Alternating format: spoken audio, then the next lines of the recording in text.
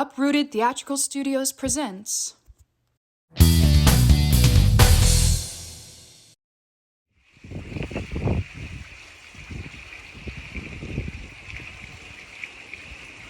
Well, hello. I didn't see you there at first. Just reading my favorite play, which is called The Shadow Box by Michael Christopher. Ignore this price tag. So, let me tell you about The Shadow Box. The Shadow Box is a play that takes place over 24 hours in 3 separate cottages on the grounds of a large hospital in the United States. Within the 3 cabins are 3 patients, Joe, Brian, and Felicity, who are to live with their respective families as they have reached the end of their treatment. They've agreed to be a part of a psychological program where they live within the hospital grounds and have interviews with a psychiatrist. This show is so good. I would highly recommend it to anybody who likes it. It is a drama, and it's very touching, which is why I love it. 10 out of 10, would recommend. Grounded by George Brandt is one of my favorite plays from the last 10 years. It tells the story of a hot rod F-16 fighter pilot whose unexpected pregnancy ends her career in the sky. Repurposed to flying remote-controlled drones in the Middle East from an air-conditioned trailer near Vegas, the pilot struggles through surreal 12-hour shifts far from the battlefield, hunting terrorists by day and being a wife and a mother by night. A tour de force play for one actress, Grounded flies from the heights of lyricism to the shallows of a workday existence, targeting our assumptions about war, family, and the power of storytelling. I highly recommend it. The first play I have is The Slave Play by Jeremy Harris. The play is about race, sex, power relations, trauma, and interracial relationships. The play follows 3 interracial couples undergoing antebellum sexual performance therapy because the black partners no longer feel sexual attraction to their white partners.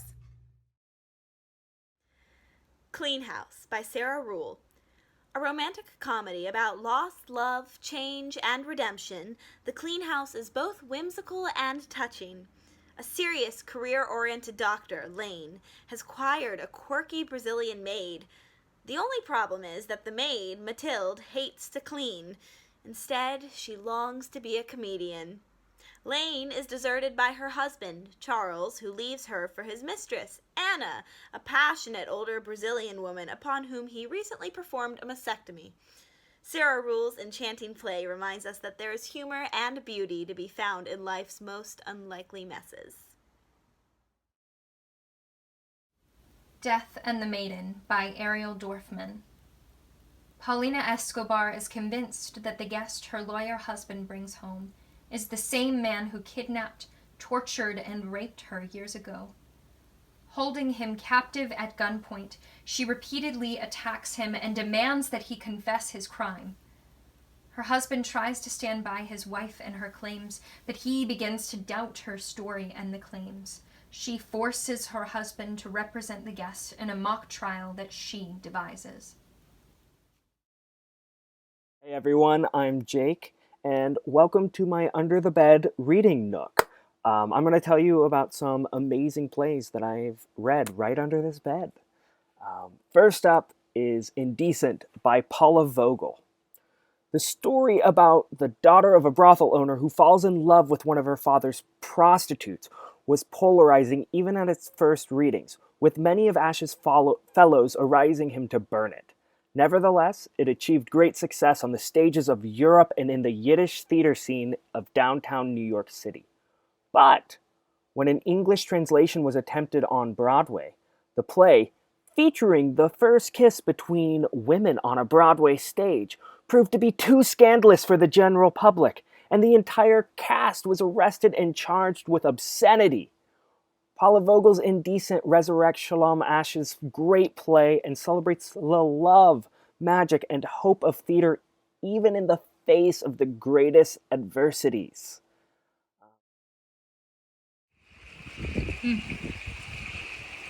Outside Mullinger by John Patrick Shanley. This show hits you right in the heart. Anthony Riley and Rosemary Muldoon have grown up next to each other on 2 farms in rural Ireland. Rosemary fell in love with Anthony at the age of 6. I did just put up 7. It's 6. And is convinced that he will eventually come to her. Anthony had his heart broken as a young man and hasn't dared open it to another woman since. 40 years later, the two of them are still living next to each other instead of together. With a small land feud happening between the two families, it seems unlikely that the romance will ever happen. Rosemary's determination, however, eventually brings the two of them together, and 2 unlikely souls eventually find happiness. My heart. Explosive, passionate, and heartrending, A Streetcar Named Desire is modern American theater at its best. When fading Southern belle Blanche Dubois arrives on the doorstep of her sister Stella's apartment building in New Orleans, she is unwittingly entering a lion's den. Wounded by romantic abuses, loss, and dangerous mistakes, Blanche prefers her world kept in dim, flattering light, fuzzy at the edges. She is shocked by Stella's simple existence, her new low-class habits, and most of all, her cruel, simple husband, Stanley. Stanley is fierce and unpredictable, moving from violence to softness in an instant, and he and Blanche begin a cruel, sadistic dance, where the only possible end is pain. With his signature poetic prose, muggy Southern Gothic setting, and psychological insight, Tennessee Williams' mighty play, and his troubled, eccentric heroine unravel before our very eyes. Emily, Le Marquis de Châtelet defends her life tonight. 18th century scientific genius Emily du Châtelet is back and determined to answer the question she died with. Love or philosophy? Head or heart? In this highly theatrical rediscovery of one of history's most intriguing women, Emily defends her life and loves, and ends up with both a formula and a legacy that permeates history. The second play I have for you guys is The Wolves by Sarah DeLapp. The Pulitzer Prize finalist The Wolves is a debut play of up-and-coming playwright Sarah DeLapp, featuring an all-female cast comprised of 9 adolescents and 1 briefly seen adult. The Wolves chronicles 6 Saturday mornings in the lives of a soccer team somewhere in suburban America as they prepare for their games. The girls discuss everything from genocides to menstrual cycles to drugs to boys to literature to each other, and a group of girls whom at first seem indistinguishable as each is referred to by only their number, and all are clad in same jerseys only bearing her number, quickly become indefinable and different. In the course of 6 short weeks, The Wolves deals with love, loss, and identity in a way that real teenagers do. Another great play, Constellations by Nick Payne. This spellbinding romantic journey begins with a simple encounter between a man and a woman. But what happens next defies the boundaries of the world we think we know, delving into the infinite possibilities of their relationships and raising questions about the differences between choice and destiny. It's nearing midnight in Wyoming, where 4 young conservatives have gathered at a backyard after-party. They've returned home to toast their mentor Gina, newly inducted as president of a tiny Catholic college. But as their reunion spirals into spiritual chaos and clashing generational politics, it becomes less a celebration than a vicious fight to be understood.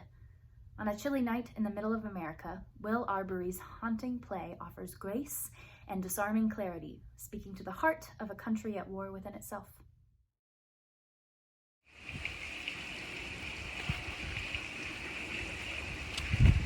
You got me again. Now I'm reading Heartless by Sam Shepard, which is also in my top 3 plays. Heartless. It is about Sally, who lives with her mysterious family in a cavernous home overlooking Los Angeles. When a visitor arrives, Sally's dark secrets and the secrets of those around her threaten to come to light. It is such a cool play. It is a whirlwind of a time, wild, if you will. It is also a drama. And again, 10 out of 10 would recommend. Long Day's Journey into Night takes place on a single day in August 1912 from around 8:30 a.m. to midnight. The setting is the seaside Connecticut home of the Tyrones' Monte Cristo cottage. The four main characters are the semi-autobiographical representations of O'Neill himself, his older brother, and their parents. This play portrays a family in a ferociously negative light, as the parents and two sons express accusations, blame, and resentments. Qualities that are often paired with pathetic and self-defeating attempts at affection, encouragement, tenderness, and yearnings for things to be otherwise. The pain of this family is made worse by their depth of self-understanding and self-analysis, combined with a brutal honesty as they see it, and an ability to boldly express themselves. The story deals with the mother's addiction to morphine, the family's addiction to whiskey, the father's miserliness, the older brother's licentiousness, and younger brother's illness. Michael Frayn's Noises Off takes a fond look at the follies of theater folk whose susceptibility to out-of-control egos, memory loss, and passionate affairs turn every performance into a high-risk adventure. This play, within a play, captures a touring theater troupe's production of Nothing On in 3 stages: dress rehearsal, the opening performance, and a performance towards the end of a debilitating run. Frayn gives us a window into the inner workings of theater, behind the scenes, progressing from flubbed lines and miscues in the dress rehearsal to mounting friction between cast members in the final performance, brimming with slapstick comedy. Noises Off is delightful backstage farce, complete with slamming doors, falling trousers, and of course, flying sardines. Whoop! Now, for one of my absolute favorite plays, one that I had the privilege of being in back in Nashville, Puffs by Matt Cox. Puffs is the story of Wayne Hopkins, a regular boy who finds out he's a wizard and goes to school in England, where he makes 2 best friends and has adventures. Perhaps sounds familiar. But this is the story of the Puffs, who just happen to be there too. A tale for anyone who has never been destined to save the world. 5 Women Wearing the Same Dress by Alan Ball. In Alan Ball's hilarious comedy, 5 Women Wearing the Same Dress, 5 very different bridesmaids find themselves hiding together in an upstairs bedroom, hoping to escape the wedding reception of a bride that, they soon realize, none of them really like. There's Meredith, the rebellious little sister of the bride, Frances, a highly religious but sweet cousin, Mindy, a blunt, good-hearted lesbian who is the sister of the groom, Georgianne, a friend from high school whose marriage is falling apart, and Trisha, a jaded beauty whose pessimism and doubts about men are proved false when she meets Trip Davenport, an usher at the wedding. In this cramped bedroom above the wedding, these 5 identically dressed women talk, laugh, argue, cry, console one another, and slowly become friends. Sophie Treadwell, the writer herself of the revolutionary expressionist play Mackinac, reminds us in her directions preceding the script that this story, in its most basic essence, is of a woman who murders her husband. Seemingly straightforward, but both Treadwell and the work she created seek to prove otherwise. First performed in 1928 and based loosely around the true events of the murder trial of Ruth Snyder in 1927, this astoundingly timeless and fearlessly frank examination of the ways society can provoke a woman's self-destruction centers its focus on a young woman in the working class, much like many others. She has a name, but it isn't revealed until later in the story, and isn't the focus of her character. Her story, broken into 9 long episodes, while given personal touches, is less rooted in realism than in relatability to the real women reading or watching this play. The progression of this young woman's life is one that, in any industrial capitalist society, works to be eerily familiar to all women on some level, monotonous, unfulfilling, and wholly shaped by the expectations of a world that demands only one script be followed. The episodes depicting the young woman's life see her go through parental and social pressure to marry a man who disgusts her, to secure a future, having a baby she can't bring herself to want, and beginning an intense affair that frees her romantic passion and shows her part of what her life is missing. All these factors compound, leading the young woman to murder her husband and face execution for the crime. She fights revulsion, discontentment, and an angry longing every step of the way, save for the small but blissful time spent in her extramarital romantic tryst. Up until her last breath, she continues to cry out for somebody to listen, until her voice is stifled by an unseen machine of death, another offspring of the very culture that brought her to its mercy. Unflinching, heartbreaking, and unarguably relatable at its core, Mackinac is a tour de force that presses beyond the typical tools of contemporary realism to evoke the world in which the young woman lives. The speaking style, at times almost like poetry, is modeled after the breathless pace at which our mechanized world operates, and Sophie Treadwell's use of other environmental tools like offstage voices and scenic deviations into other brief character sketches creates a fully realized society outside of the young woman's experiences alone. Unafraid to delve into other topics like homosexuality and abortion, Mackinac recognizes the truth in how all oppressions are intertwined.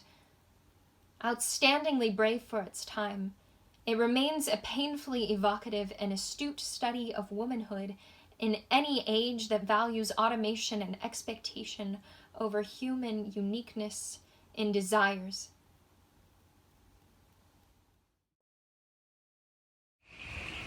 You know, I'm just thinking about Wait Until Dark by Frederick Knott. This story is a thriller. It's a story of Susie Hendricks, a recently blinded housewife who unwittingly possesses a doll filled with illicit drugs. Harry Rote, a brilliant and sophisticated criminal, coerces two small-time thugs into helping him con Susie into giving up the doll. A battle of wits ensues as Susie and the young girl upstairs launch into a counterplot against the thieves. Wow. The drama plays on the themes of darkness and light as Susie navigates through her sightless world, and the crooks signal each other with light through the Venetian blinds. My interest is piqued. I hope yours is too. This looks like a really cool play. Another wild time. Starting. Another great play, Gruesome Playground Injuries by Raji Joseph. It's not your typical love story.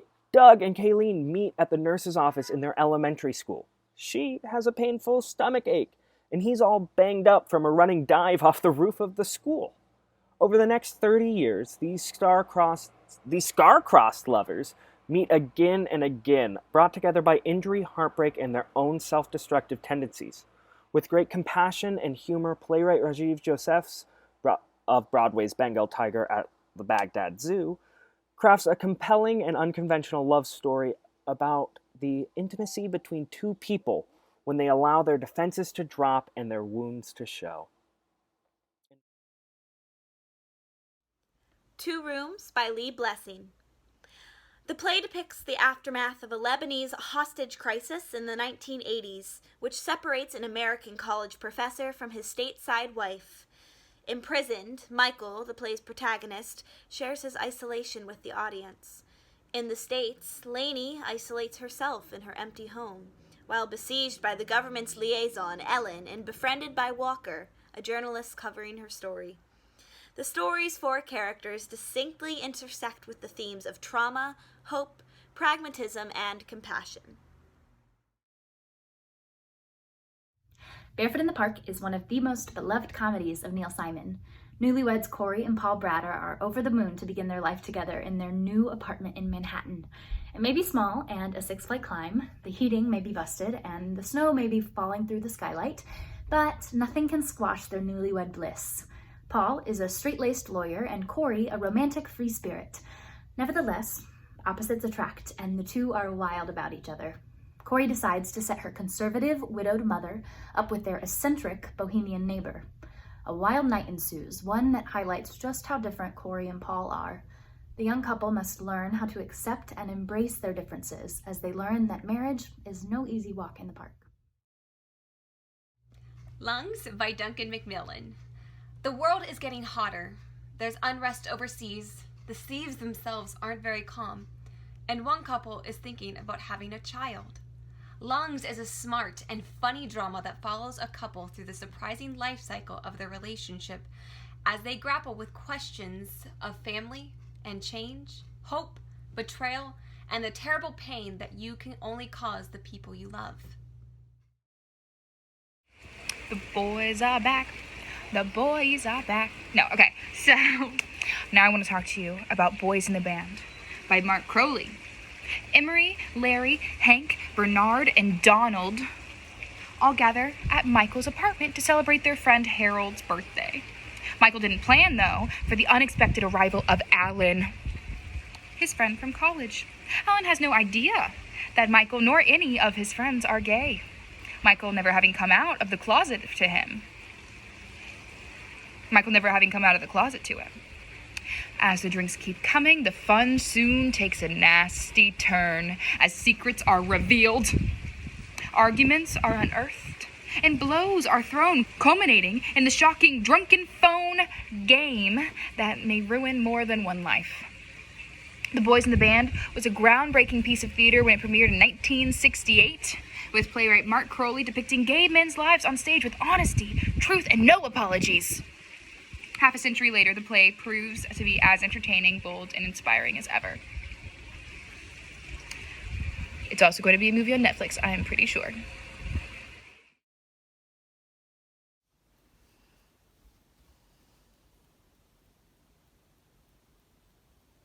Esther is a swimmer trying to stay afloat. Amy is curled up on the locker room floor. Dryland is a play about abortion, female friendship, and resiliency, and what happens in one high school locker room after everybody's left.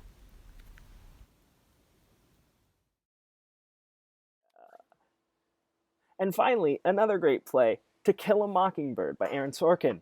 Inspired by Lee's own childhood in Alabama, To Kill a Mockingbird features one of literature's towering symbols of integrity and righteousness in the character of Atticus Finch, based on Lee's own father.